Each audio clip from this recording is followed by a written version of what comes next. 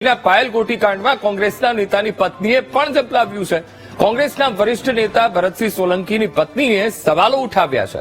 પરેશ ધાનાણી, પ્રતાપ દુધાત સહિતના લોકોને સવાલ કર્યા છે.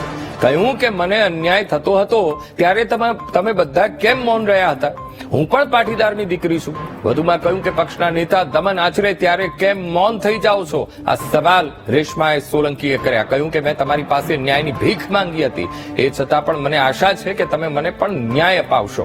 હું 24 કલાકમાં અમરેલીના રાજકમલ ચોકમાં પહોંચું છું અને મારે જવાબ જોઈએ છે.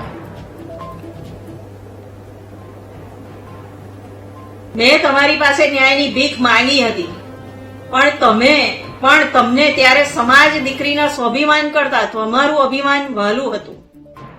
આજે પણ હું તમારી પાસે ન્યાય માટે જ આવી છું.